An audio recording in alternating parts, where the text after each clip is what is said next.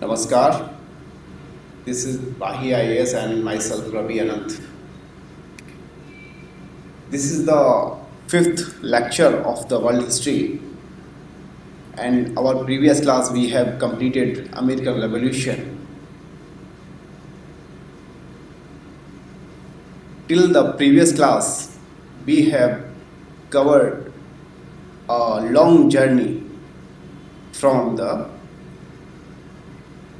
beginning of the modern age in Europe to the first anti-colonial revolt in America. We saw in our earlier class how Christianity emerged in Europe and how the Christianity became orthodox and rise of feudalism and rise of universal church system, and we saw the decline of the universal church system and the feudalism after the rise of mercantilism and commercial capitalism. This whole journey we have covered in our previous class. Today we are going to discuss the formation of American Constitution.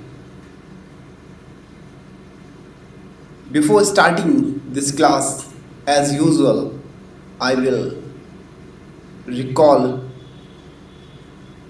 all the things that we have discussed in the past.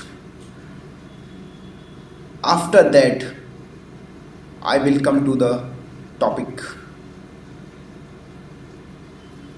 As I told you in the last class that we are experimenting with the technology and we are trying to provide you class with use of whiteboard as well as digital screen. So this will be helpful for you people. I also give you some questions of men's, like one question was the no taxation without representation. That was the slogan of American Revolution that was taken from the Britain. And I gave you 3 questions in our last class, and I will also discuss the model answer, and I will also give the roadmap and mind map of these questions in today's class. I think you people are doing well and you are enjoying this journey, this class of world history. I'm sure you are now taking history as a very conceptual and very enlightening subject. Now history is not more boring subject for you people. And you are also analyzing how history is the study of the forces of the changes. As I told you in our previous class that history is the study of the forces of the changes. So how is it work? In American Revolution, we saw that when England or Britain dropped out France from the Northern America or Canada,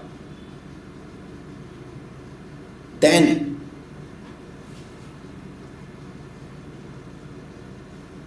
this become a reason of rivalry between the France and Britain, and France take its revenge from Britain when Americans were revolting against the Britain. The 13 colonies were declared the war of independence, then France came to help the America. This whole story, this whole interesting story we have already discussed in our previous class. And in today's class, we will go for formation of American Constitution, and we analyze how American Constitution, the world's first written constitution, how turned the stream of world politics. This whole journey we will cover in today's class. And after that, in our next class, we will go for the Civil War in America. And after that, we will go for French Revolution.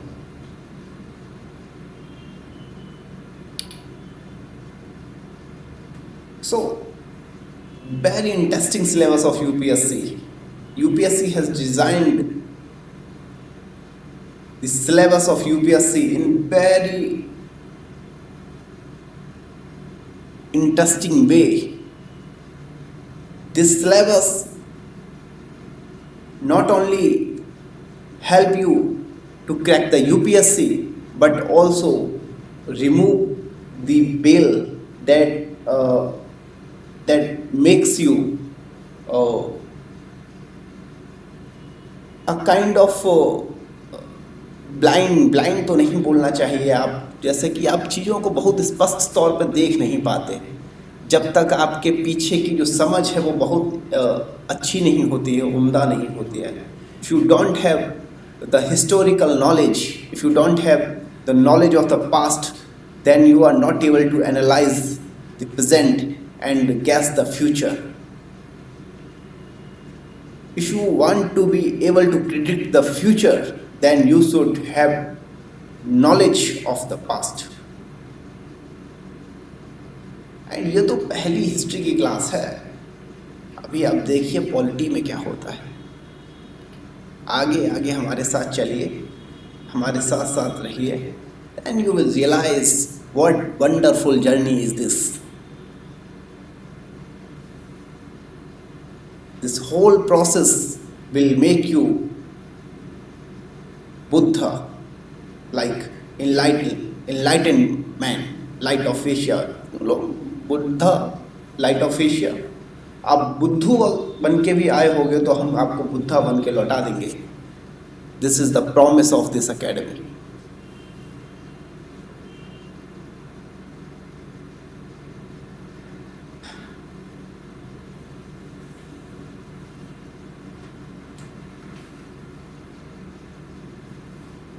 So, come to the topic. As you know, in Europe, there was a system that was feudal system. Society was divided in aristocracy, priestly class, and the common people.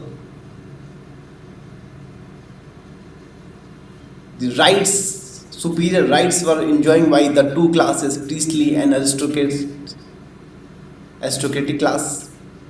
Aristocracy and the priest were enjoying all the rights, but the common people of Europe were discriminated. But they were producing class. They were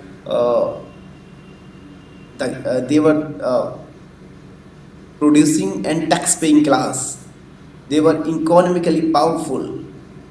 So when they become more powerful after the commercial revolution आपको पता है कब?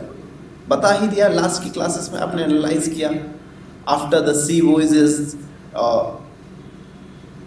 new trade routes came in light, and this helped the merchants to search America as well as India, and these two countries help Europeans to earn lots of money, prosperity. And this new emerging prosperous and wealthier class were not ready to accept the discriminatory behavior of the priest and the aristocracy. Earlier, after the rise of the mercantile class, there was the emergence of mercantilism. As I told you, mercantilism basically a policy guided by the middle class. The merchants of Europe wanted that king should protect us in world trade. King जो protect करता था, बुलियनिज्म को support करता था,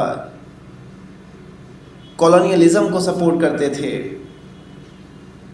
ये सारी बातें हम लोग पहले डिस्कस कर चुके हैं। तो मर्केंटिलिज्म में एक ऐसा व्यू उभर के दुनिया के सामने आया कि दुनिया के सारे मर्चेंट क्लास, सारे बिजनेस क्लास, राजा अपने अपने नेशन के राजाओं से बोलने लगे कि आप हमें प्रोटेक्ट करो, हम सबसे ज़्यादा एक्सपोर्ट करें, हमें किसी का सामान इंपोर्ट ना करना पड़े, इसके लिए अपनी कंट्री में ज़्यादा से ज़्यादा प्रोडक्शन कराने में हमारी मदद करिए। ये सारी कहानी चल रही थी, बट इसके साथ साथ सी वॉइसेस भी चल रही थी। सी वॉइसेस बढ़ती गई। उसके बाद आप देखेंगे बहुत सारी कंट्रीज़ को यूरोपियंस ने, लगभग सारी दुनिया को अपनी कॉलोनी बना लिया। अब अगर एक नेशन अपने मोनार्क से बोलता है कि आप दूसरी कंट्री से इंपोर्ट करने पर रोक लगाइए, तो सारी कंट्री के मोनार्क ये पॉलिसी फॉलो करेंगे, और इस पॉलिसी को फॉलो करते ही सारी कंट्रियां दूसरे देशों से माल लेने में कतराएंगी।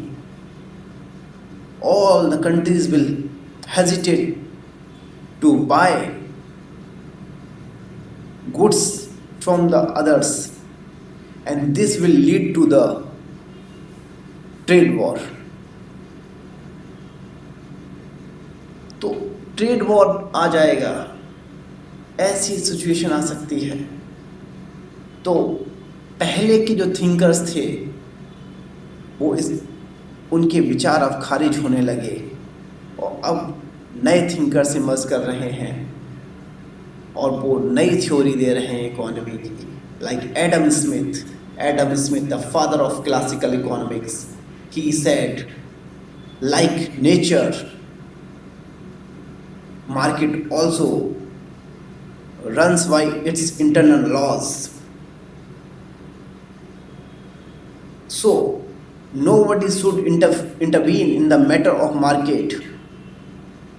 Market runs by its own invisible hands. This was the classical economics of Adam Smith.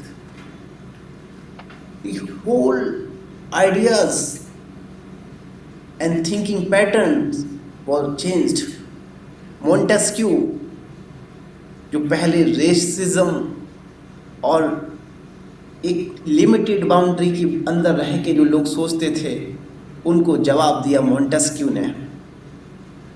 उसने बोला कि हम सब के अंदर एक समानता है, हम सब एक से हैं और हम सब कॉस्मोपोलिस हैं, और यहाँ से कॉस्मोपॉलिटन का कॉन्सेप्ट इमर्ज किया।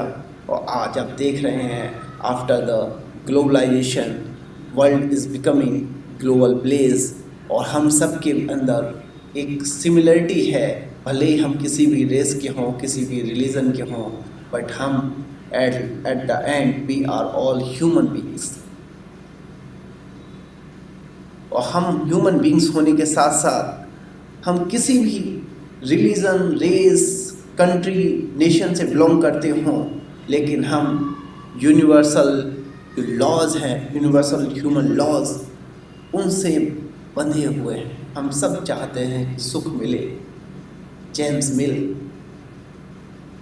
जा अधिकतर लोगों का अधिकतम सुख।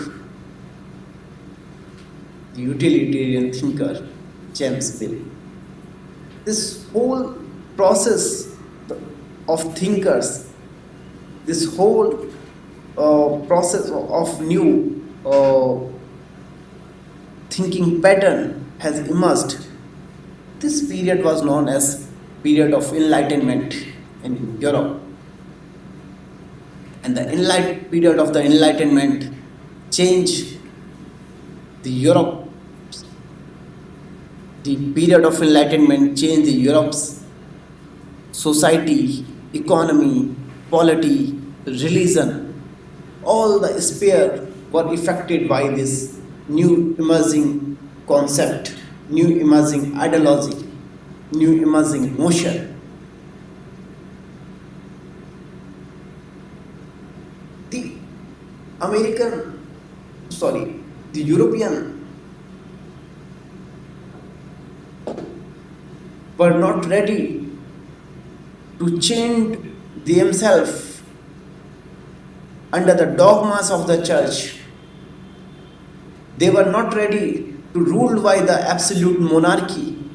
So the concept of enlightened monarchy came in the domain. A new enlightened monarch like Catherine II, Frederick II emerged. Frederick II of the Prussia, he said, I am the first servant of the people. The enlightened monarch accepted that monarchs should do welfare of the people. This is the prime duty of the monarchy, to take care of the interests of their people. How the heart of the monarchs are changing? Because whole ideology is changing in the Europe. Whole idea of humanity is changing. Now people of Europe demanding power separation. Thinkers like Montesquieu gave the philosophy of power separation. There should separation of power among the judiciary, executive, legislature. This concept was followed in America, even in India, in Indian judiciary, legislature, executive, all are having balance of power. This whole process was started in Europe during the time of enlightenment. After that, the wave of enlightenment reached to the colonies like America, China, India, and Americans who were originally the Britishers or Europeans. So they demanded for their rights and they started to protecting their interest. They were not ready to accept the discriminatory behavior of the mother countries like Britain. So they first revolted against the colonies and this revolt became the first anti-colonial struggle in the world, and this was the beginning of anti-colonial movement in the world. Even people say, some thinkers say American Revolution is not as much fruitful as French Revolution, but still this is the first anti-colonial movement which gave the concept of the written constitution as well as the power separation. So this whole journey we have discussed in our previous classes. And today we are going to discuss the constitution making in America, and we will also help you to write answers for men. जो हमने आपको कल जो questions दिए थे उनके answer भी आज की क्लास में लिखवाए जाएंगे, ताकि आप ये समझ सकें कि एक अच्छा और क्वालिटेटिव आंसर लिखा कैसे जाता है. ये सारी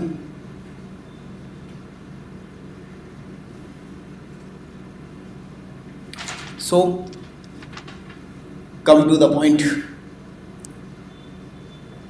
As you know, Americans got independence, but this was not the end of challenges for them. Americans को स्वतंत्रता तो मिल गई, लेकिन ये अंत नहीं है कि अब सब सुकून से हो गया. As I told you earlier, in America, the British colonies were divided in the 13 parts. That these colonies were known as 13 colonies. As I saw, लाइए आपको मैं दोबारा से मैप दिखा देता हूँ. आपको फिर से सहूलियत होगी और आपको अच्छा लगेगा ये रंगीन मैप देखकर.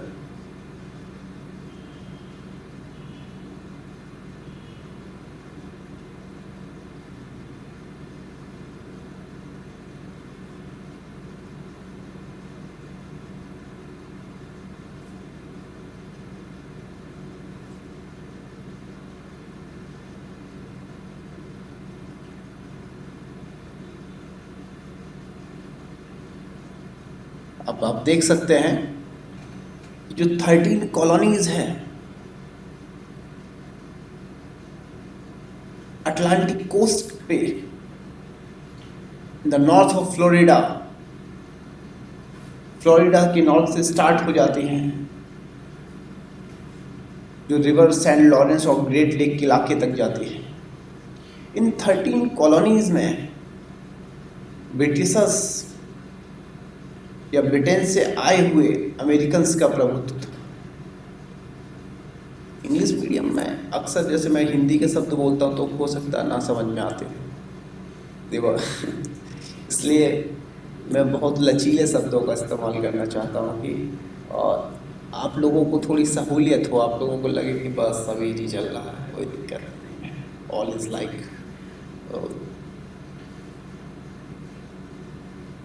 प्लेन रोड, इसमें कोई हर्डल नहीं है, इजीली मूव कर सकते हैं.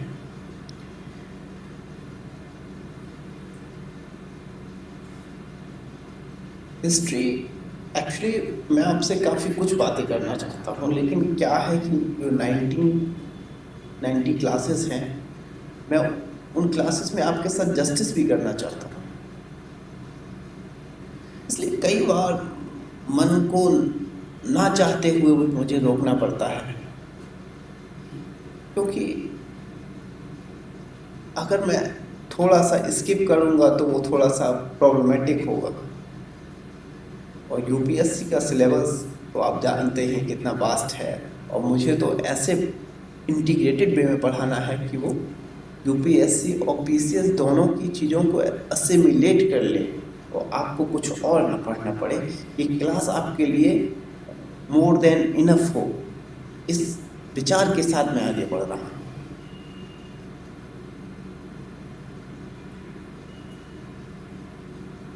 आप देख रहे हैं कि जो अमेरिकन कॉलोनीज़ हैं, अमेरिका में ब्रिटिश की जो ब्रिटेन की कॉलोनीज़ हैं, 30 कॉलोनीज़ हैं, इनमें जो नॉर्थ की कॉलोनीज़ हैं, they were very suitable for the industrial work. मैंने आपको बोला था ग्रेट लेक के आसपास का इलाका आज भी आप देखेंगे तो हैवी मोटर इंडस्ट्री के लिए जाना जाता है.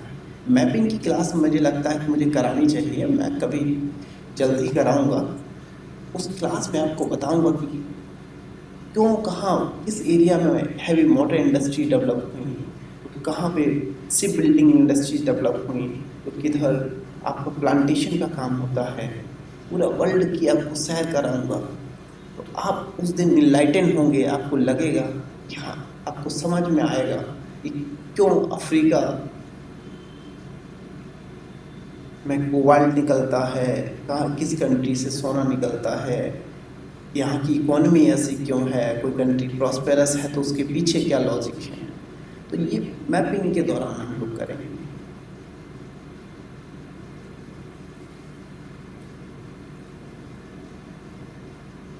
तो जो नॉर्दर्न कॉलोनीज हैं, द नॉर्दर्न कॉलोनीज, आप देखेंगे कि जो नॉर्दर्न कॉलोनीज हैं उनमें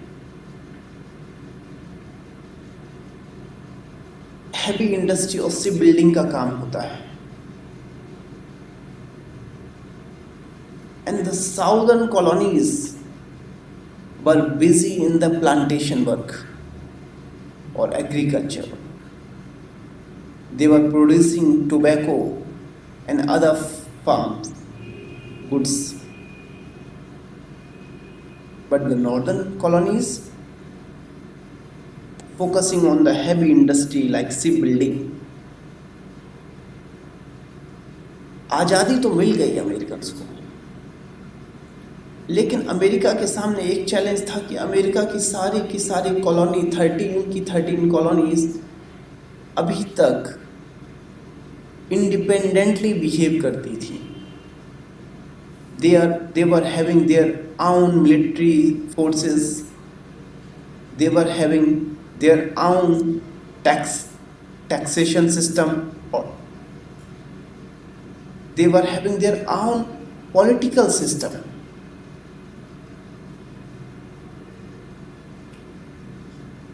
सारी कंट्रियों का अपना एक पॉलिटिकल सिस्टम है, टैक्सेशन सिस्टम है, अपनी एक इकोनॉमी है, अपनी आर्मी है।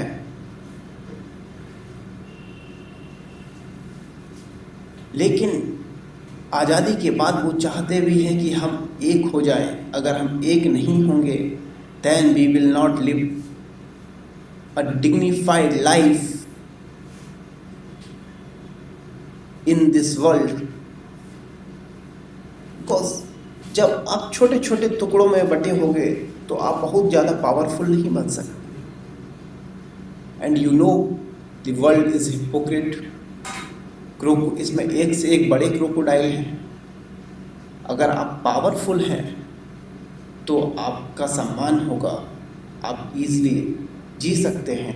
अदरवाइज आपके साथ क्या होगा आप समझ ही सकते हैं। आपको राह चलते लोग छेड़ के जाएंगे। तो अमेरिकन्स ये चाहते थे कि किसी भी तरह से हम एक हो जाएं। जो कॉमन ह्यूमन की भी डिमांड यही होती है कि हम पावरफुल रहें, वो अमेरिकन्स की भी थी। बट उसके साथ साथ जो कॉमन पीपल की, जो एक आम आदमी की जो टेंडेंसी होती है कि वो कुछ पाने के लिए कुछ छोड़ना नहीं चाहता, कुछ त्यागना नहीं चाहता।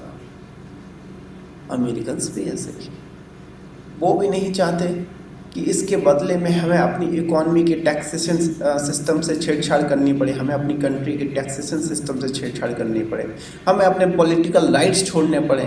ऐसा कुछ भी नहीं वो करना चाहते थे। बड़ी समस्या।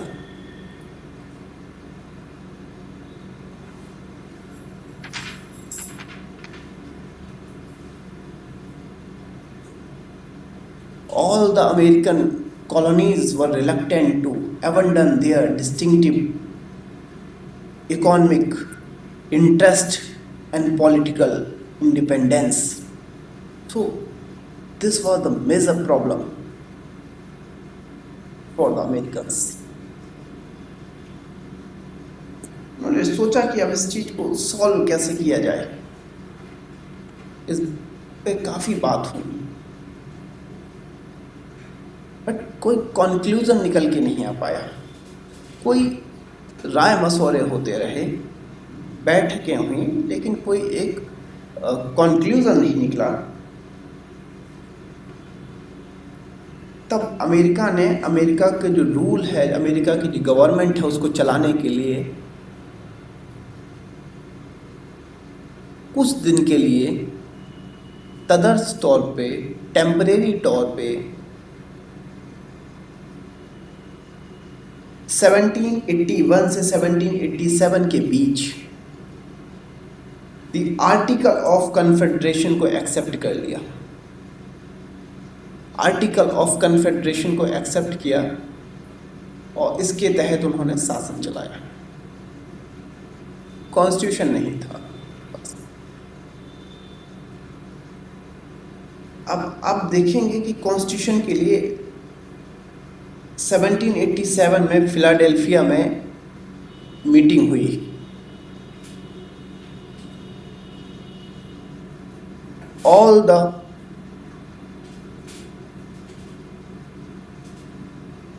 representatives of the different colonies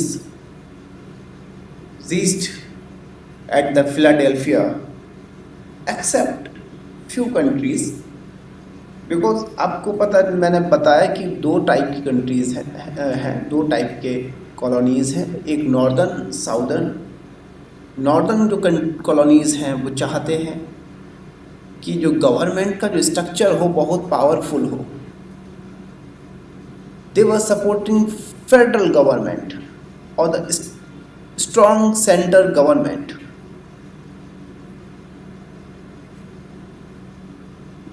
northern state ऐसा क्यों चाहते हैं, इसके पीछे का अगर आप तर्क देखेंगे तो बड़ा ही सीधा है, इसमें कुछ आपको सोचना नहीं है।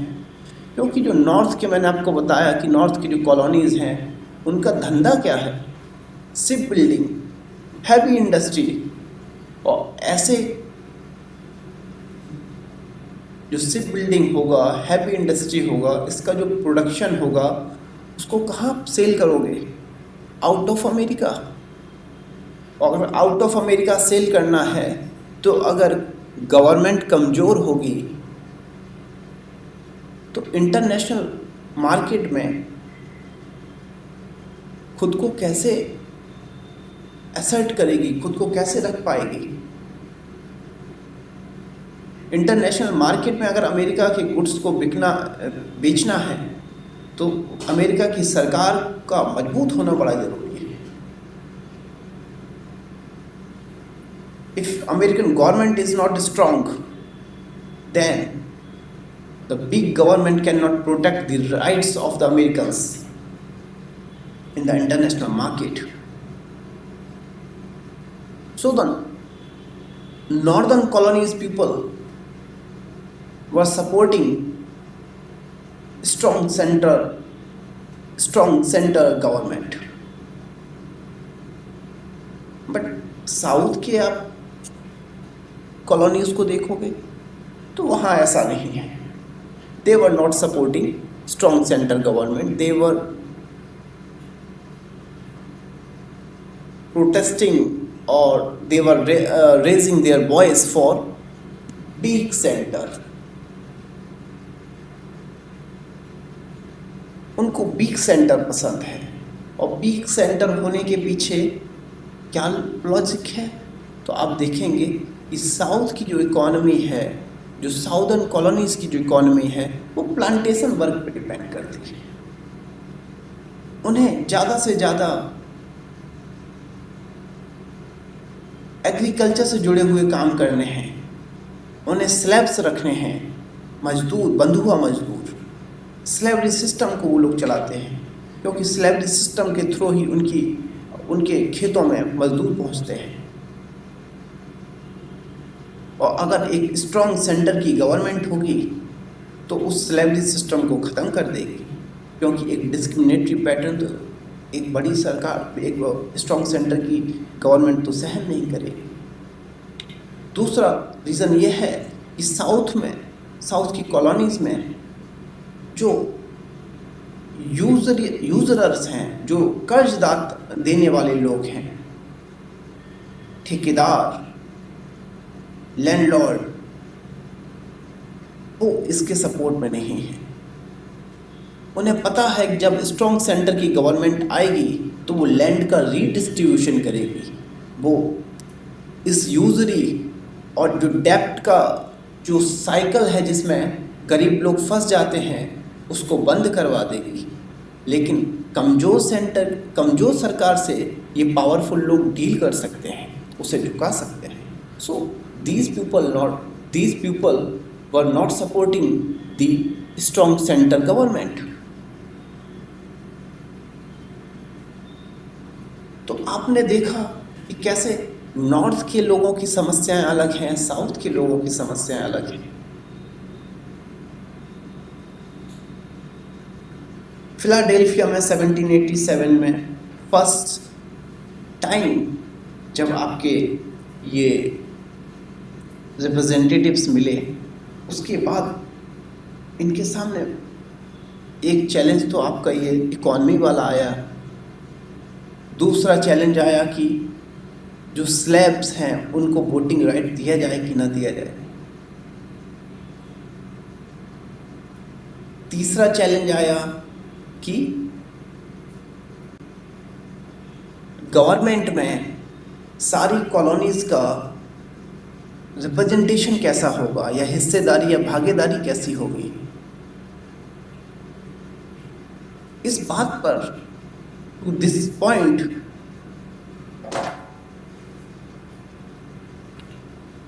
The big colonies in terms of population or size were favoring that the representation in the government should be proportionate to the population, कि जितनी जिसकी आबादी उतनी उसकी सत्ता में भागीदारी। ये बात बोल रहे हैं बड़ी आबादी वाले colony, but the small colonies,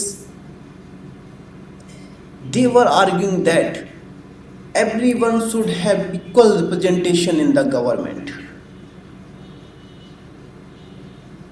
equal representation in the government। अब ये इक्वल रिप्रेजेंटेशन की बात कर रहे हैं, तो इस बात पे भी बात नहीं बन रही, सत्ता में भागीदारी की बात नहीं हो रही, स्ट्रॉन्ग सेंटर रहेगा या नहीं रहेगा इस बात पे भी भेदभाव है, स्लैब्स को वोटिंग राइट मिले या ना मिले इस बात पे भी भेदभाव है। The northern colonies people were not ready to give the right the northern colonies people were not ready to give franchise to the slabs। वो बोल रहे थे कि जब ये स्लैब रहेंगे तो इनको फ्रेंचाइजी किस बात की, ये तो अमेरिका के नागरिक ही नहीं है, अगर नागरिक हैं तो इनको इक्वल राइट क्यों नहीं मिल रहा। If they are the citizen of America then why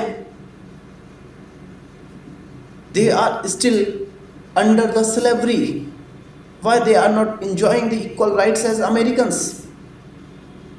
और अगर वो अमेरिकन्स नहीं है तो उनको वोटिंग राइट क्यों दे रहे हो। और साउथ के कॉलोनीज जो हैं वो इस बात से नाराज कर, नहीं स्लैब है तो क्या आदमी नहीं है, वोट नहीं डालेगा, वोट डालेगा,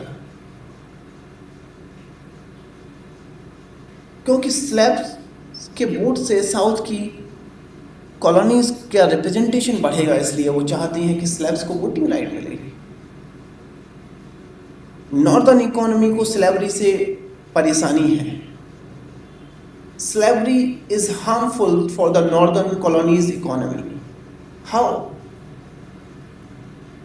if slavery system is prevailing in America, then cheap labor will not be available for the northern colonies। जो लेबर क्लास है उसको तो स्लैब बना के साउथ वाले ही रख ले रहे हैं। अगर वो शहरों तक या नॉर्थ की कॉलोनीज तक नहीं आएंगे तब तक नॉर्थ की इंडस्ट्रीज में वो लोग काम कैसे करेंगे। अगर स्लैबरी ख़त्म हो जाती है तो ये स्लैब्स नॉर्थ में आकर कम पैसों में नॉर्थ की इंडस्ट्रीज़ में काम करेंगे, जो कि नॉर्थ की इंडस्ट्रीज़ को डेवलप करने में काफ़ी सहायक होगा। So the northern colonies were against the slavery system, but southern economies were not ready to accept it because their plantation work depend on the slaves. So this was the conflict. Representation, first slavery system, voting right, and ये सारे conflict उनके constitution बनाने में आ रहे हैं।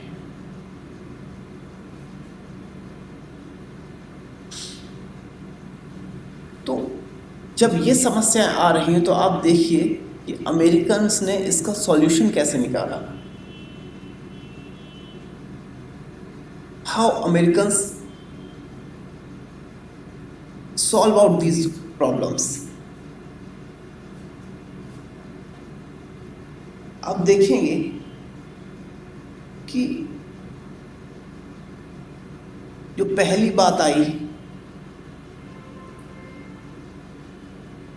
कि strong centre रहे या ना रहे, अमेरिकन फेडरेशन की बात, स्ट्रॉन्ग सेंटर की बात, अमेरिका को यूनियन बनाया जाए या फेडरेशन रहने दिया जाए, इस बात की जो बात आई तो उसमें अमेरिका ने फेडरलिज्म को चूज किया। America is not the union of the nation of the, America एक फेडरेशन बना जिसमें स्टेट्स को ज़्यादा राइट्स हैं। अमेरिका में आप देखेंगे कि people have dual citizenship. Her state के लोगों के लिए अलग सिटीजनशिप का concept. State can have their own flag.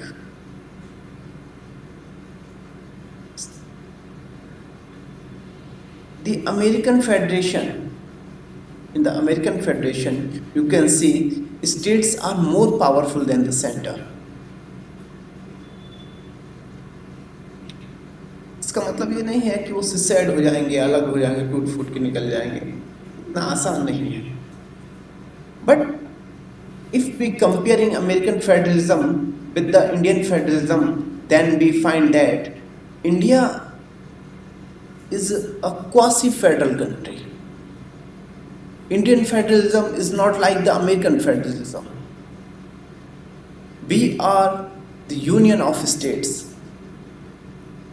India is the union of states. हमारे कॉन्स्टिट्यूशन की प्रियम्बल में लिखा हुआ। हम फेडरेशन हैं, जैसा कि हम बोलते हैं we are federation, but we are not federation as American federation.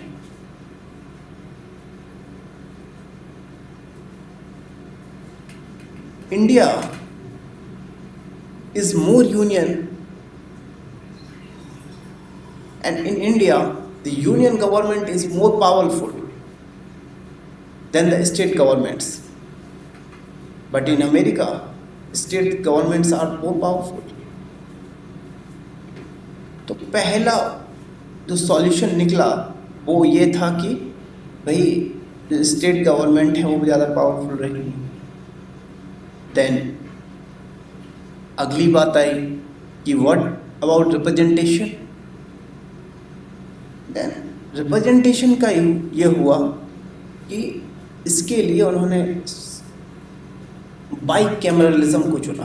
Bicameralism मतलब दो सदन, जैसे आप इंडिया में देखते हैं ना, संसद में लोकसभा और राज्यसभा दो चैम्बर है। As same America adopted bicameralism, two chamber. One is House of Representative or lower house, another is Senate or the upper house. जैसे हमारे यहाँ लोकसभा होती है उसको हाउस ऑफ रिप्रेजेंटेटिव, क्योंकि उसमें लोगों के द्वारा डायरेक्टली चुने हुए रिप्रेजेंटेटिव्स होते हैं, इसलिए the Lok Sabha is the house of representative and Rajya Sabha वो आप सीनेट मान सकते हो। सो अमेरिका में भी अमेरिका ने बाइकैमरलिज्म को चुना, और इस बाइकैमरलिज्म में जो हाउस ऑफ रिप्रेजेंटेटिव है उसमें जो रिप्रेजेंटेशन होगा वो पॉपुलेशन के अकॉर्डिंग होगा। those states who are having larger population, they are having larger representation in the House of Representation. House of representation में उनका ज़्यादा रिप्रेजेंटेशन होगा जिनकी पॉपुलेशन या आबादी ज़्यादा है. आप देख लीजिए, उत्तर प्रदेश की आबादी भारत में सबसे ज़्यादा है, तो उत्तर प्रदेश से सबसे ज़्यादा सांसद यानी मेंबर ऑफ पार्लियामेंट्स चुन के संसद पहुंचते हैं, इंडियन पार्लियामेंट पहुंचते हैं. हमारा भी पॉपुलेशन के according he. So in the House of Representative, the criteria of representation is the population. But in the House of Senate, in the Senate, the criteria of representation is what? Every state is having equal representation in the Senate. इस senate में सबका बराबर का representation होगा. तो America ने यहाँ पे एक मिडिल पाथ निकाल लिया, बाइकैमरलिज्म लाके उस बात को भी ख़त्म कर दिया. तो फेडरल स्ट्रॉन्ग सेंटर की बात को ख़त्म कर दिया उन्होंने संविधान बनाते, उस कॉन्फ्लिक्ट को दूर कर लिया. उन्होंने इस बात को दूर कर लिया कि भाई रिप्रेजेंटेशन कैसे होगा. फिर अब देखेंगे कि अब बात स्लेवरी की आ गई. स्लेवरी ख़त्म होनी चाहिए या नहीं होनी चाहिए. तो आप देखेंगे कि अमेरिकन कॉन्स्टिट्यूशन के समय पे स्लेवरी को ख़त्म नहीं किया गया. सो बोला गया नहीं स्लेवरी चलने दो, because southern states are depends on the slavery system. So slavery को चलने दीजिए, कोई इशू नहीं है. इससे नॉर्थ के स्टेट परेशान है, वो कह रहे भाई स्लैब का वोटिंग राइट फिर नहीं मानेंगे. देख लो, स्लैब्स को वोटिंग राइट भी दे रहे हो और उन्हें अमेरिका का सिटीजन के तौर पर वोटिंग राइट दे रहे हो और उनको इक्वल राइट्स भी नहीं दे रहे हो. ये कैसी व्यवस्था है.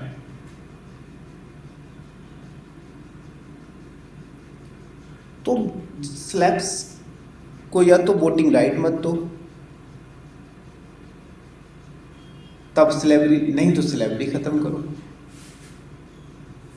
फिर ये डिसाइड हुआ कि स्लेवरी रहेगी, लेकिन स्लैब्स का जो वोट है 3/5 ऑफ कॉमन सिटीजन माना जाएगा. यानी कि एक अमेरिकन नागरिक के 3/5 रेशियो में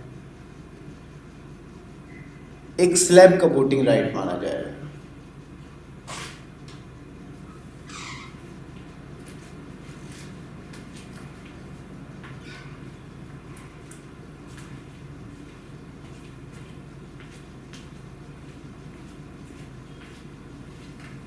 यानी कि अगर 100 अमेरिकन्स हैं वोट देने के लिए, जैसे आप देखिए कि ऐसे समझिए जैसे अगर 100 स्लैब्स ने वोट दिया और 60 कॉमन अमेरिकन्स ने वोट दिया तो बराबर माना जाएगा. यानी कि जो कॉमन सिटीजन है वो सुपीरियर है स्लैब्स से. स्लैब्स के वोट की ताकत कॉमन अमेरिकन के सिटीजन से कम है 3/5. 3/5 3/5. तो ऐसे करके इन्होंने स्लेवरी का भी तोड़ निकाल लिया. तो स्लेवरी सिस्टम ऐसे है. कॉन्स्टिट्यूशन का फ्रेमिंग स्टार्ट हुआ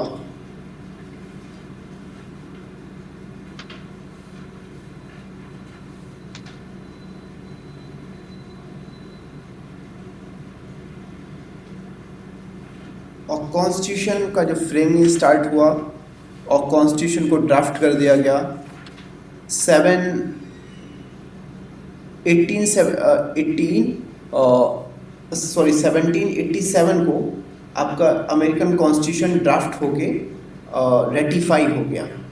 इनिशियली आप देखेंगे कि जो अमेरिकन्स हैं वो रेडी नहीं है इसे एक्सेप्ट करने के लिए, सारी कॉलोनीज रेडी नहीं हैं। दो ग्रुप बटे हुए हैं, one is federalist, another is anti federalist. Federalist group के जो लीडर्स हैं वो आर्टिकल्स लिख रहे हैं लोगों को परस्यूड करने के लिए। They are writing multiple essays for persuading people to ratify the constitution.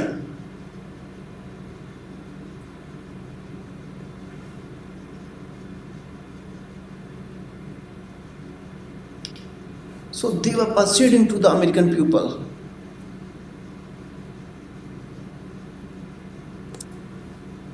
इनको बोलते थे फेडरलिस्ट। इनके काफी सारे leader like Alexander Hamilton. Alexander Hamilton जैसे इनके नेता थे जो आर्टिकल्स लिखते, लोगों को जगाते कि देखो भैया स्ट्रॉन्ग सेंटर होना चाहिए, अमेरिका के भले के लिए बहुत ज़रूरी है, नहीं तो अमेरिका वर्ल्ड ट्रेड में टिक नहीं पाएगा, दुनिया में अमेरिका की कोई इज्जत नहीं रहेगी।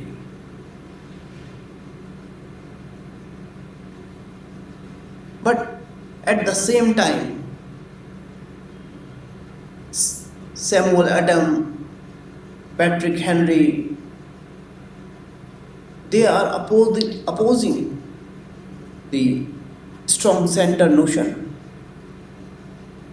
They were called anti-federalist. तो दोनों दो धड़े थे और इन दो धड़ों के बीच में अमेरिका चल रहा था। बट फाइनली अमेरिकन्स ने अपना संविधान को रेटिफाई करवा लिया इतनी सारी समस्याओं को झेलते हुए। और अब देखिए यही तो फ्लेक्सिबिलिटी चाहिए। पॉलिटिकल सिस्टम में क्या होता है कि अगर if you are not having tolerance then a great country can not survive. Like country like India, there people are having various economic interests and they belongs from multiple races, caste, creed, reason, religion. There are multiple differences, but still they are living in one country. ऐसा क्यों है? क्योंकि nation में अगर आपको रहना है तो आपको टॉलरेंस और एक्सेप्टेंस होनी चाहिए। अगर आप ये मानते हैं कि एक होने का तरीका यह है कि अपने डिफरेंसेस को अलग कर दो, if you think you can be unite only when you all the people put their differences aside, then you are wrong. You should learn from the Indian philosophy. The Indian philosophy says put your differences aside, rather keep your differences alive and get together. So this notion is the crux of Indian nationalism.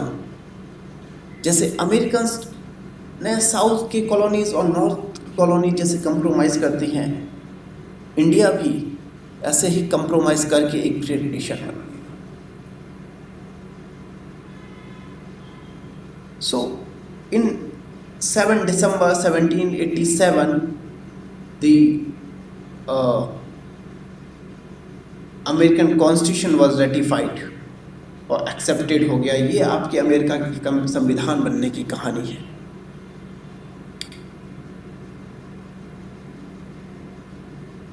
अब civil war की तरफ हम जाएंगे, लेकिन in today's class I am not going for civil war because वो एक अलग topic इसी का है, जुड़ा हुआ है, कोई अलग टॉपिक नहीं होता। I think humanity is a single one piece. इसको मैं तो हिस्ट्री, इकोनॉमी, पॉलिटी को भी अलग अलग नहीं देखता। In my eyes, the whole study of humanity is the one subject. मेरे लिए तो चाहे इकॉनमी हो, चाहे पॉलिटी हो, चाहे एथिक्स हो, सब एक है, और एक को भी अगर आप छोड़ देते हो तो दूसरे को आप अपने आप छोड़ दोगे, ऐसा मैं मान के चलता हूँ।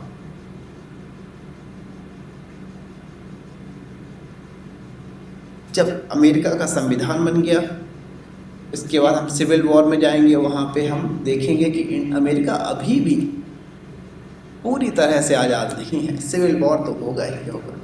स्लेवरी जो है, डिस्क्रिमिनेशन जो है, डिस्क्रिमिनेशन किसी भी कंट्री के लिए हानिकारक है। बापू तू तो सेहत के लिए हानिकारक है, इस टाइप से ही स्लेवरी है। किसी भी नेशन के लिए डिस्क्रिमिनेशन अच्छी बात नहीं थी। अभी हम लोग पॉलिटी में बहुत कुछ पढ़ेंगे, हिस्ट्री में बहुत कुछ पढ़ेंगे, आप लोग अभी हल्का हल्का देख पा रहे होंगे, दुनिया को अभी समझ नहीं पा रहे होंगे, but you will realise how this world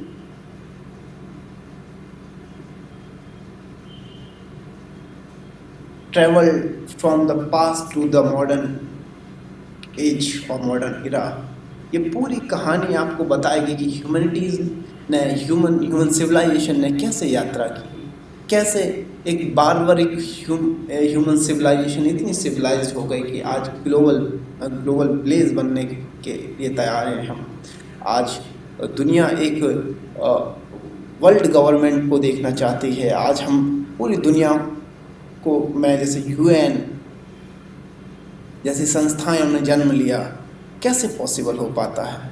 जबकि कांट कहता था कि एक ऐसा भी समय था कि हम एक बड़ी गैदरिंग को नहीं कर पाते थे। हम 5 लोग इकट्ठे होकर नहीं बैठ सकते, क्योंकि कोई ना कोई आपको चाकू मार देगा पीछे से, आपकी someone will stab you in your back अगर आप 5 लोग इकट्ठे बैठ जाओगे। ऐसा ह्यूमन बीइंग की जो टेंडेंसी थी, वो मानव सभ्यता, आज पूरी दुनिया एक हो जा रही है।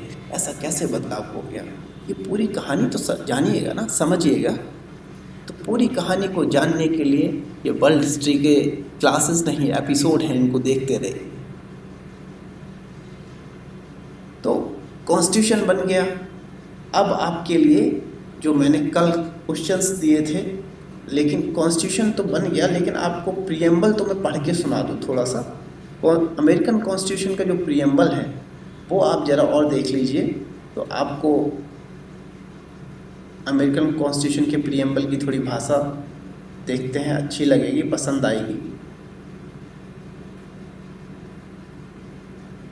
The language of the American constitution preamble is the preamble में अमेरिका के लीडर्स लिखते हैं कि we the people of the United States in order to form a more perfect union, establish justice, ensure domestic tranquility, provide for the common defense and promote the general welfare, and secure the blessings of the liberty to ourselves and our posterity, to ordain and establish the Constitution for the United States of America। हम America के लोग America को perfect union बनाने के क्रम में न्याय, domestic शांति, यानी कि आंतरिक, जो डोमेस्टिक का मतलब समझते हो ना, घरेलू शांति, डोमेस्टिक शांति, और सभी लोगों को सुरक्षा और उनका वेलफेयर सिक्योर करने के लिए, लिबर्टी देने के लिए, खुद को और अपनी आने वाली जनरेशन को लिबर्टी, सिक्योरिटी प्रोवाइड करने के लिए हम अमेरिका का संविधान बनाने जा रहे हैं। ये भाषा है। यहाँ कोई रिलीजन, रेस की बात नहीं हो रही, यूनाइटेड स्टेट की बात हो रही है। सो आप भाषा से भी समझ सकते हैं कि अब चेंजेस कैसे हैं। They are not talking in terms of ethnicity और the religious identity, they are not their thinking is not surrounding around the religion or race, caste, creed, etc. Now, this was the language of the preamble of American Constitution. Now, I want to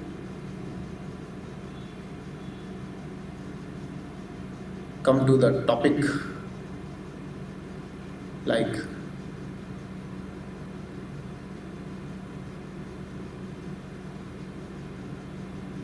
in the last class I have gave you three model questions for practice. First was the no taxation without representation. Make a comment over the slogan of American Revolution. आप लोगों ने try किया था इसे लिखने का? सच बताओ।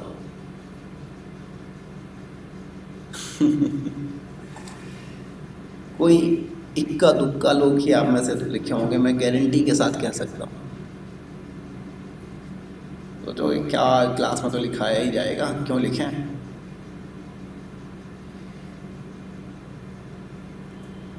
आपको माइंड मैप मैं देता हूँ। No taxation without representation. मैंने स्टोरी आपको बताई थी कि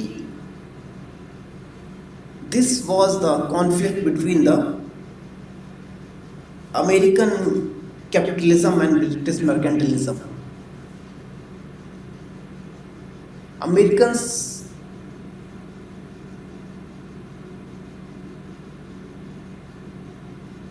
got the idea of this slogan from the Britain itself. During the time of monarchy in Britain, people of Britain protested against the monarchy and they used this slogan in front of monarchy. उन्होंने बोला था कि जब monarch हमारा representative नहीं है, monarch हमारा future decide, हमारा फॉर्चून डिसाइड नहीं कर सकता। So the same slogan was used by the Americans against the Britishers itself. जो ब्रिटिशर्स, जो ब्रिटेन के पार्लियामेंट के मेंबर्स जो सेम स्लोगन दे के मोनार्की से लड़के ब्रिटेन की पार्लियामेंट में एंट्री लिए थे, घुसे थे, उनके सामने आज अमेरिका भी वही सेम स्लोगन का इस्तेमाल कर रहा है।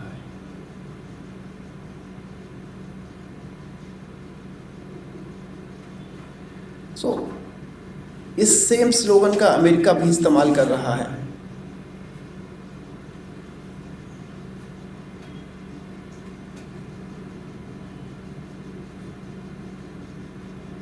आपको क्या करना है इस क्वेश्चन में? No taxation without representation means Americans मना कर रहे हैं कि हम टैक्स नहीं देंगे जब तक रिप्रेजेंटेशन नहीं होगा। क्या आपको लग रहा है कि सच में वो लोग पावर शेयरिंग चाहते हैं या कुछ और? वाई द मेन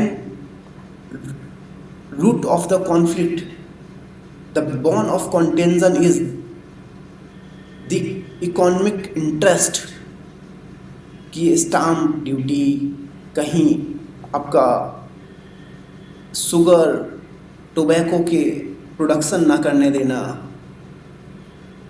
ये मेन इंटरेस्ट तो इकोनॉमिक है ना। ब्रिटेन के अलावा दूसरे शिप्स को यूज ना करने देना। तो आप स्टार्ट करेंगे कि जो ये नो टैक्सेशन विदाउट रिप्रेजेंटेशन है, आप बताएंगे कि कैसे the American learn the art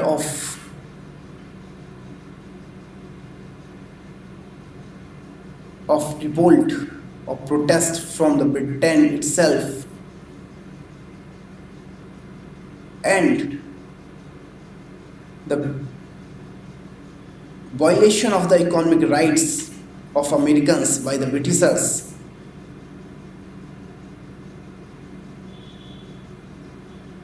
gave the jerk to the American economy, and this was the beginning of the anti-colonial movement in America.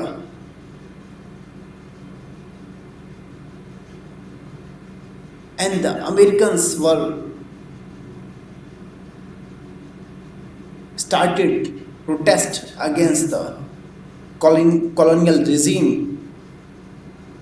who were violating the rights of Americans without giving them representation, or the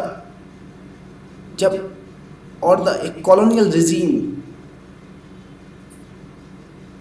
who is not having the sense of affection or oneness with the Americans.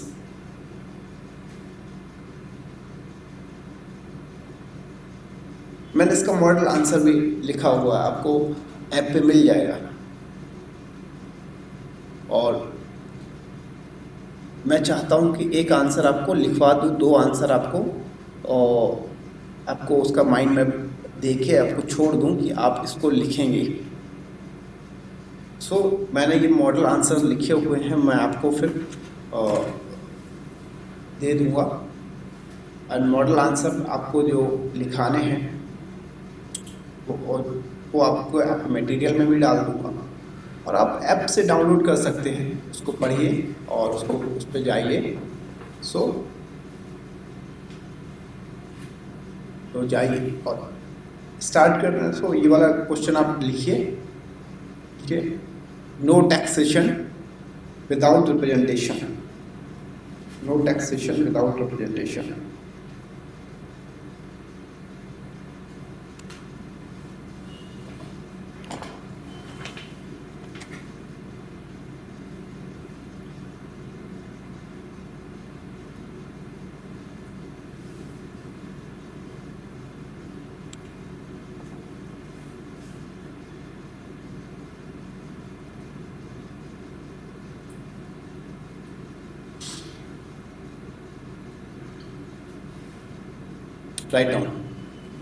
Write down, no taxation without representation, no taxation without representation. Make a comment over the slogan of the American Revolution, the American Revolution.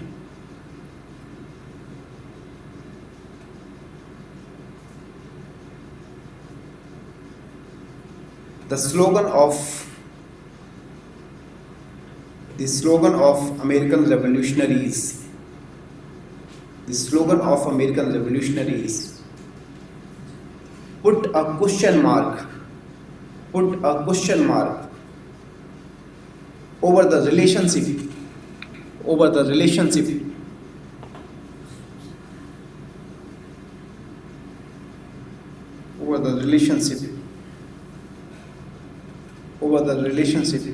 between the metropolitan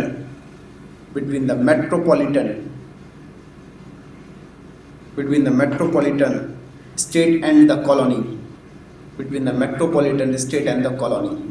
Full stop.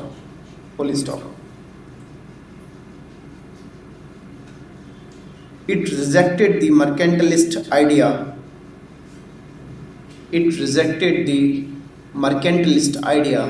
आप समझ रहे हैं ना, mercantilist idea. Britain का विरोध कर रहे हैं क्योंकि अमेरिका के इकोनॉमिक राइट्स अलग हैं और ब्रिटेन के अलग हैं। तो Americans are able to protect their economic rights, and Britain is behaving like a hardcore mercantilist country.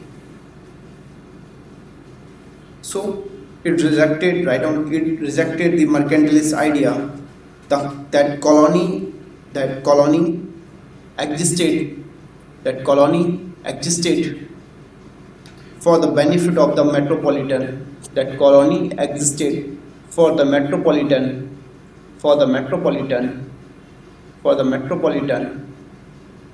state.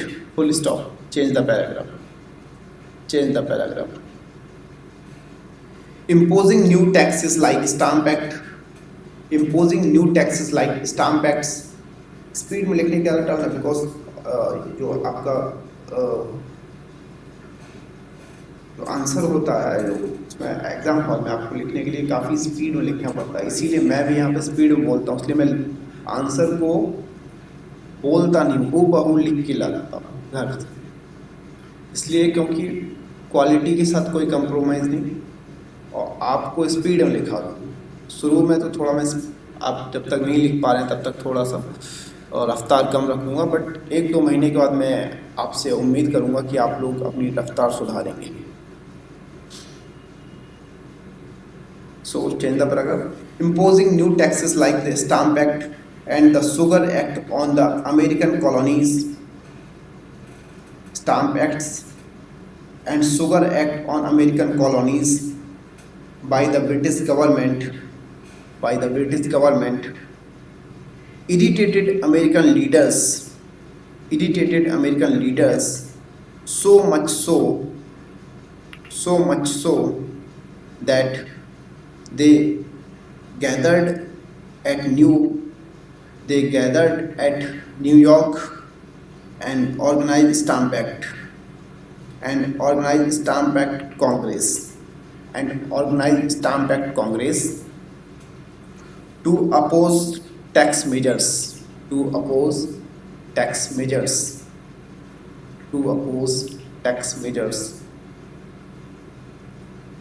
They put forward the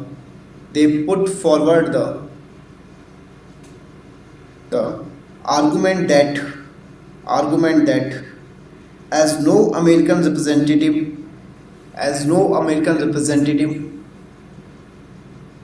was sitting in the British Parliament,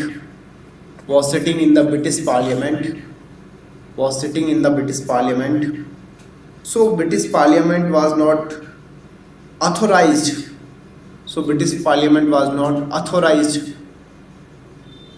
to impose an internal tax on American colonies.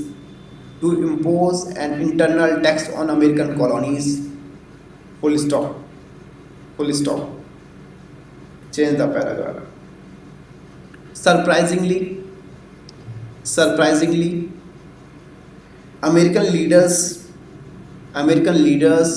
learned this slogan from the British themselves.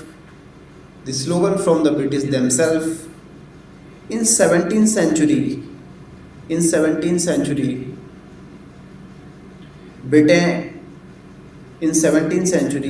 Britain, there was the slogan, there was the sorry मैं इसमें देख के पूरी तरह से नहीं पढ़ रहे थे। There was a long conflict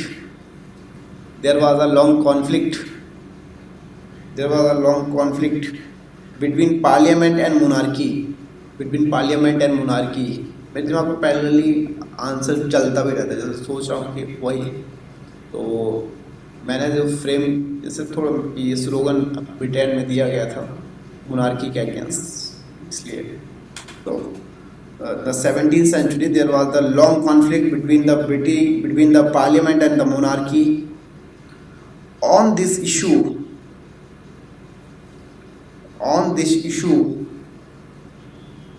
and finally parliament made a claim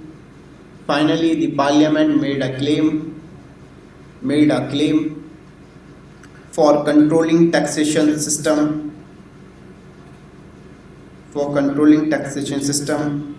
on the basis of its representative nature.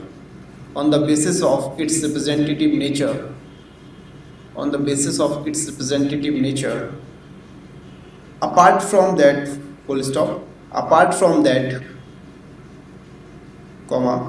Americans put such a demand at the time when the people in the larger part of Europe itself remained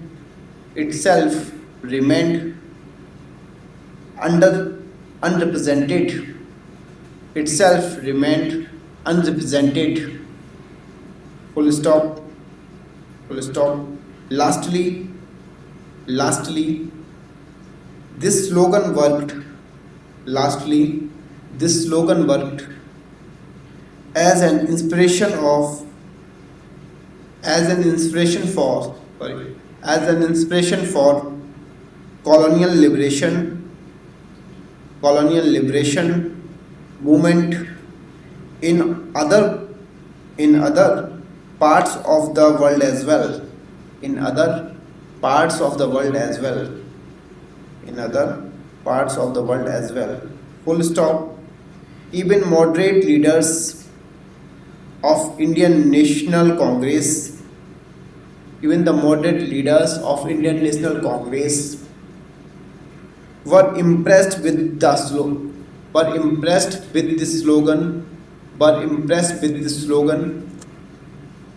So this famous slogan of American revolutionaries, so this famous slogan of the American revolutionaries proved a death knell, proved a death knell to colonial colonial regime in the long run. Full stop. ये 250 number 250 शब्दों का जो answer आपके लिए एक मैं तैयार करके लाया, और 250 आगे के जो 2 क्वेश्चंस हैं मैं उनका आपको माइंड मैप बता देता हूँ, मैं आपके सामने पढ़ देता हूँ मेरे सामने.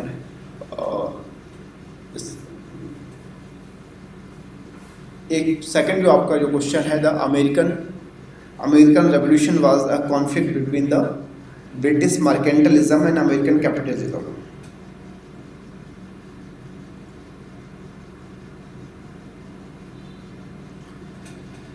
I think this question is clear for you people, because इस पे तो हम बोलने सीधी बात ही की थी. The ideological differences of America and ideological differences of Britain. There was the ideological difference between the America and the Britain. Britain चाहता है कि हम अमेरिका से ज़्यादा पैसा कमा सकें, यहाँ से ज़्यादा सोना और प्रीशियस मेटल्स को ले जाएं इंडिया और वहाँ से व्यापार करें. अमेरिकन लोग पीपल से ज़्यादा टैक्स ले पाएँ. जॉर्ज थर्ड ने स्ट्रिक्ट किए रूल इसीलिए ताकि अमेरिका से ज़्यादा बेनिफिट उठाया जा सके.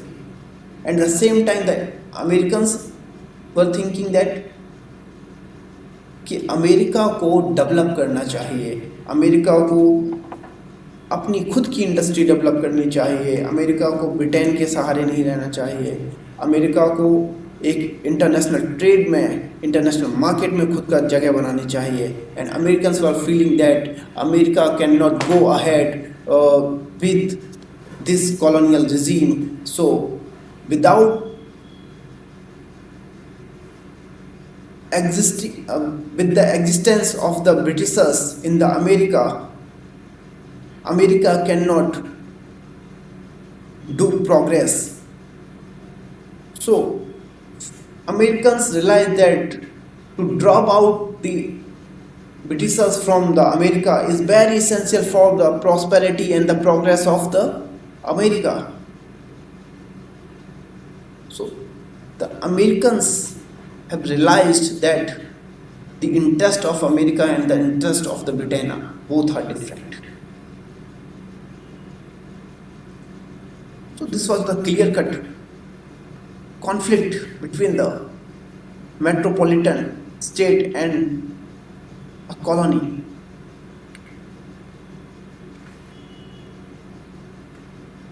इसीलिए आप देखेंगे कि ब्रिटेन ने क्या किया, स्टाम्प एक्ट इंट्रोड्यूस किया, नेविगेशन एक्ट इंट्रोड्यूस किया, टोबैको का प्रोडक्शन बैन किया, इन द सेंट्रल अमेरिका की तरफ मूव करने के लिए लोगों को परमिशन नहीं दी, बिकॉज ये सारी की सारी चीज़ें ब्रिटेन को फ़ायदा पहुंचाती थी. बट अमेरिकन्स इससे मात खा रहे थे. So Americans were deeply hurted by the Britishers. So this was the clear-cut conflict. ये जो जितनी चाहिए मैं बताई, स्टाम्प एक्ट, नेविगेशन एक्ट,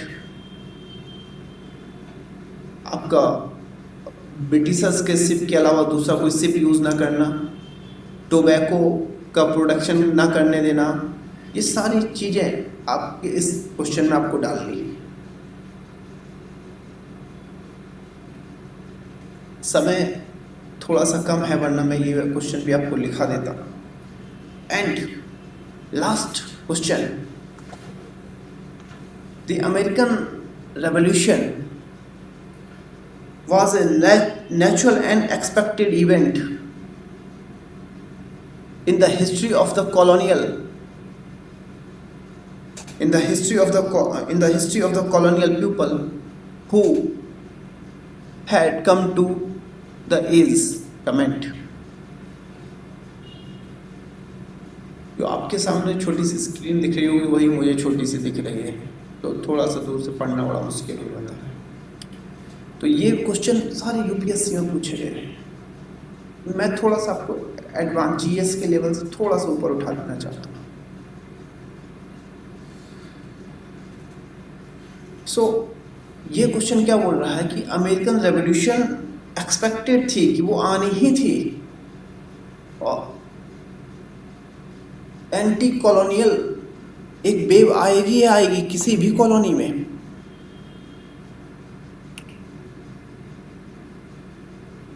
जिस कॉलोनी का एक समय आ गया, एक समय के बाद वहाँ के लोग मैच्योर हो जाएंगे और एक्सप्लॉयटेशन को समझने लगेंगे, वहाँ पर रिवोल्ट होगा। ये क्वेश्चन ये बोल रहा है। क्या आपको लगता है ये बात सच है? Obviously it is true.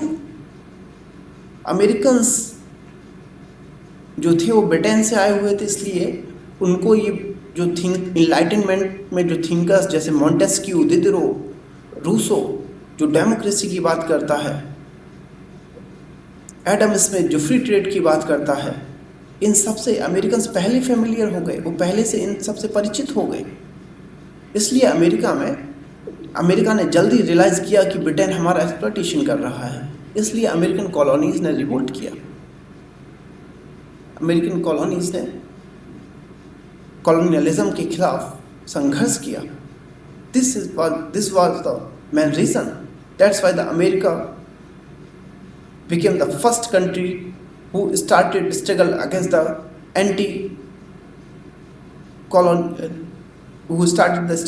the colonial system, and America became the first nation who drove out the colonial people from their nation. So ये बात भी सही है। इसमें आप इकोनॉमिक एक्सप्लॉयटेशन और जो अमेरिका में जो नेशन की कॉन्शसनेस डेवलप हो रही है, अमेरिकन फर्स्ट, उस बात को आप दिखाएंगे। और आपको सैम्पल पेपर मिलेगा, आपको मॉडल पेपर तो मैं सारे क्वेश्चंस के दूंगा ही, लेकिन आपको ध्यान रखना है कि उनको बाद में देखना, पहले लिखना है। और अपना वो जैसा भी लिखा है उस क्वेश्चन को please try to submit to the institute through WhatsApp, mail और एनी अदर मेथड। सो तीसरा ये क्वेश्चन है, आपको ये कंप्लीट करना है। उसके बाद from the tomorrow's class we will start American civil war, and after that we will go for the French revolution. और ऐसे आपकी वर्ल्ड हिस्ट्री बहुत अधिक धीमे धीमे इंटरेस्टिंग होती जाएगी। सारी वर्ल्ड हिस्ट्री आपको पॉलिटिक्स में समझ में आएगी कि कैसे जो मॉडर्न पॉलिटिक्स है, that is nothing, that is the simply reflection of the our past history, our world history, our modern history. So I am sure you are enjoying these classes, and मैं भी बहुत ज़्यादा लंबे lecture नहीं ले रहा, क्योंकि मैं क्लास में लिखा नहीं रहा हूँ आप लोगों को। I am simply delivering lecture, and I myself making notes for you people.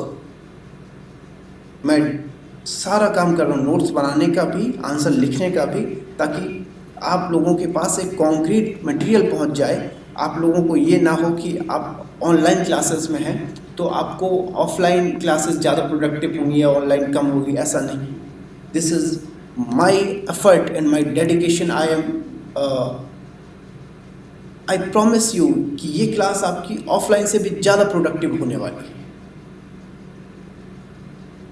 And you will realise the all the questions of the prelims and mains will become very easier for you, and you will be you will feel very comfortable with the UPSC as well as the PCS previous year's question papers. So आप देखते रहिए, अपना काम करिए, अपने जो हमारा जो सिलेबस है जो इसको इसके साथ जुड़े रहिए, और अपने दोस्तों वगैरह को भी थोड़ा सा हमारे वीडियो वगैरह शेयर कर दीजिए कि भाई ऑनलाइन आप अच्छे एकेडमी को भी तो शेयर कर सकते हैं ना, किसी ऐसे जैसे जहाँ पे क्वालिटी वाला जो मटेरियल मिलता है वहाँ उसको भी थोड़ा सा प्रमोट करिए, तो ये हमारे लिए भी अच्छा होगा। एक हमें भी थोड़ा सा अजीब सा लगता है कि हम बोले आपसे, बट है ना, we are not having that much money कि हम अपने आप को एडवर्टीज़ करवा सकें, हम एक बड़ा इंफ्रास्ट्रक्चर कर सकें, but we are having simply dedication, we are having simply emotion to you people, कि हम आपको कम से कम में ज़्यादा से ज़्यादा अच्छा कंटेंट और ज़्यादा से ज़्यादा अच्छी क्लास और ज़्यादा से ज़्यादा आपकी हेल्प कर पाएँ, ये हमारा काम है, हम करेंगे। बट आई डोंट नो कि मेरा ये एफर्ट कितना सक्सेस रहेगा और मैं कितने स्टूडेंट्स तक पहुंच पाऊंगा, ये तो मैं नहीं जानता, बट एक बच्चे तक भी अगर मैं सही तरीके से पहुंचूंगा तो वो मेरे लिए सौभाग्य की बात होगी, और आप लोगों का सहयोग और समर्थन मिलेगा तो निश्चित ही हम कुछ अच्छा कर पाएंगे। तो मैं आपसे उम्मीद करता हूं कि आप लोगों का सहयोग और समर्थन हमारे साथ रहेगा। सो इसके साथ ही thank you for watching me and being the part of the Rahi IAS। Thank you, and हम अब नई नेक्स्ट क्लास में मिलेंगे with the starting of the civil war in America. So okay, so this is for today. Okay, so thank you.